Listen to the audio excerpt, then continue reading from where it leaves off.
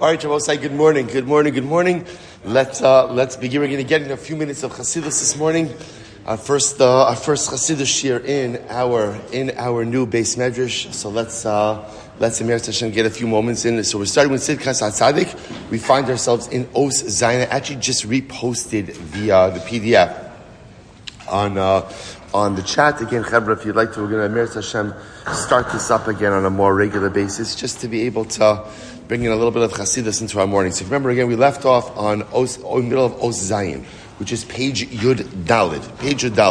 So if you remember again, the Rebbe was talking about the idea, a really beautiful idea, that when the Gemara talks about Zman Kriyas Shema, the Gemara always hinged Zman Kriyas Shema to something to do with Achila, consumption, which the Rebbe found incredibly interesting. And of course, on the most basic level, the same way that consumption, physical consumption of food is necessary for physical sustenance, right? In other words, I can't survive without food. I can't survive without physical nourishment. Much in the same way, a Yid can't survive without Kabbalah's Ol Malchus Shamayim. I need the Ribono Shel Olam. And if I don't have a Kadosh Baruch Hu, if I don't have that unique relationship, if I don't have that connection, if I don't have that Kabbalah's Ol Malchus Shamayim, and remember again, we spoke about this so many times in the previous pieces. Remember, I need Kabbalah's Ol Malchus Shamayim in the morning. I need it in the evening. The morning representing the connection to HaKadosh Baruch Hu in times of good, when there is clarity. The evening representing connection to HaKadosh Baruch Hu in times of difficulty and challenge. But that connection to Hashem sustains me spiritually, much in the same way that food sustains me physically.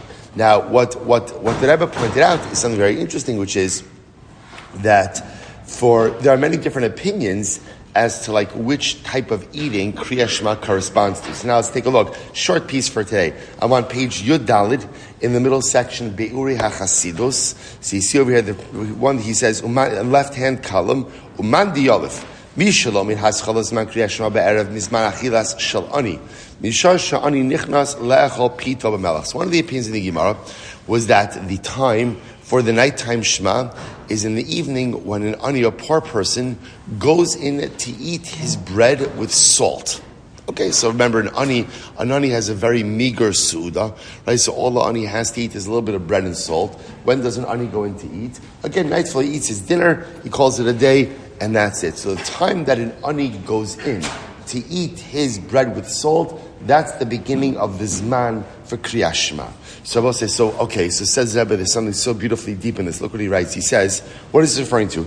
Gam b'Kriyas Shema, mirameis hadavar al adam shu ani b'das. Rabbi said, in life, there are different types of aniyim, different types of paupers. There are some people who are materially impoverished, materially poor.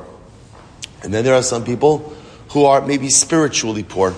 Now, often when we think about spiritual poverty, we often assume that it refers to someone who's committing averos, someone who's engaged in other types of spiritually deleterious behaviors. But the Rebbe says there's another type of spiritual poverty. She'ein lo ner lahadlik b'sudaso. Now, Rashi says something very interesting. Rashi says, when does an ani eat his evening meal? When does he eat his evening meal? He eats it really before it becomes dark. Because an ani is poor, he doesn't have a candle, he doesn't have anything to illuminate his home. Now, in general, there's a concept that people try to eat whenever they can see, whenever there's illumination. Because seeing your food is part of the satiety. We know this, right? In other words, you're sitting down to a good meal. It's not just the food that you're eating, it's the presentation, right? And the presentation is definitely part of it. So the ani needs light for his consumption, doesn't have light, often doesn't have a candle because he's poor, so he eats a little bit earlier. So the Rebbe says an ani eats, but he doesn't have candle. He doesn't have a candle. In lo the hardlik. Look here it is. V'hamirame is the misha ein lo or hadas laha'ir einei sichlo. So I say sometimes, so the Rebbe says the ani over here is referring to someone who doesn't really have a lot of intellect. Such a person doesn't really have das. He doesn't really have that much intellect. He doesn't have that candle, that spiritual candle to illuminate his intellect. And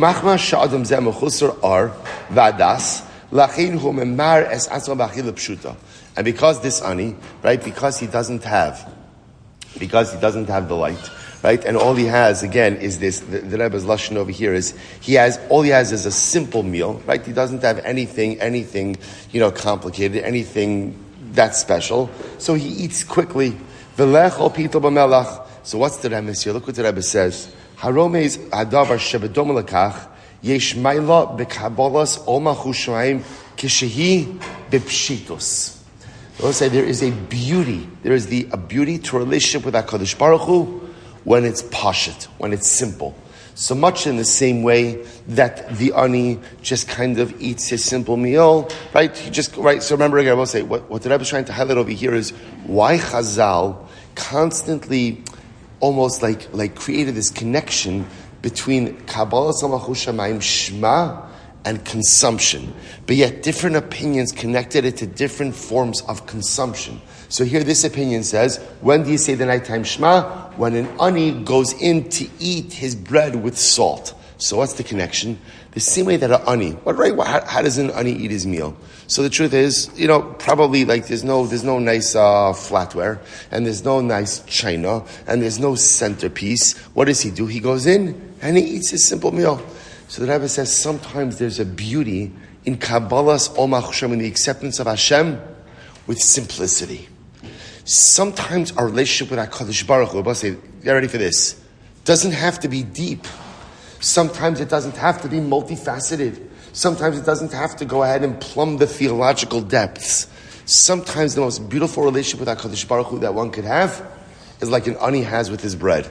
An ani goes in, he eats his bread, he eats his salt, it's pashut. Sometimes the most beautiful relationship that one can create with HaKadosh Baruch Hu is something that is simple and pashut. He goes on, he says, Lekach yesh mayla bekabalas ol machushaim keshe bepshitos shin mevakish gadlos el mistapik mimashim misnai kefirus on Hashem yisbarach bepshitos halachas shebetorah. Sometimes the most beautiful relationship with HaKadosh Baruch Hu is kind of like when I present myself and say, Hashem, Hineni, I'm here. Let's have a relationship. Let's spend time together. Let's be together. Let's grow together. I don't understand what you do or how you do it. And the truth is, I don't need to. I actually don't need to. I'm okay just being together with you. And sometimes that simple yet profound relationship with HaKadosh Baruch Hu is one of the most beautiful things we could accomplish in life. We'll see, by the way, and it's not an either or. Sometimes my relationship with HaKadosh Baruch Hu is very complex. And sometimes my relationship with HaKadosh Baruch Hu could just be so much, you hear sometimes people use the expression like a pashut yid. So sometimes when people say a pashut yid, sometimes people use it in a little bit of a condescending way. Oh, it's like such a pashut yid. Hey, sometimes the most beautiful compliment you give to someone is a pashut yid. Someone who's just in love with HaKadosh Baruch Hu, has a relationship with HaKadosh Baruch Hu. You're right, it's not deep. Who says it needs to be deep in order to be rewarding? Sometimes the best relationship you could have with Hashem is like the ani who has the relationship with his bread and his salt. He's not deeply tied to that bread and his salt. He eats it because he needs to be full, because he needs to exist. Sometimes that level of pashtos and simplicity in our relationship with HaKadosh Baruch Hu could sometimes be the source of such incredible fulfillment. All right, we'll stop over here for today, Bosai. Shkoyach. So good to be back with the Rebbe. Continue tomorrow.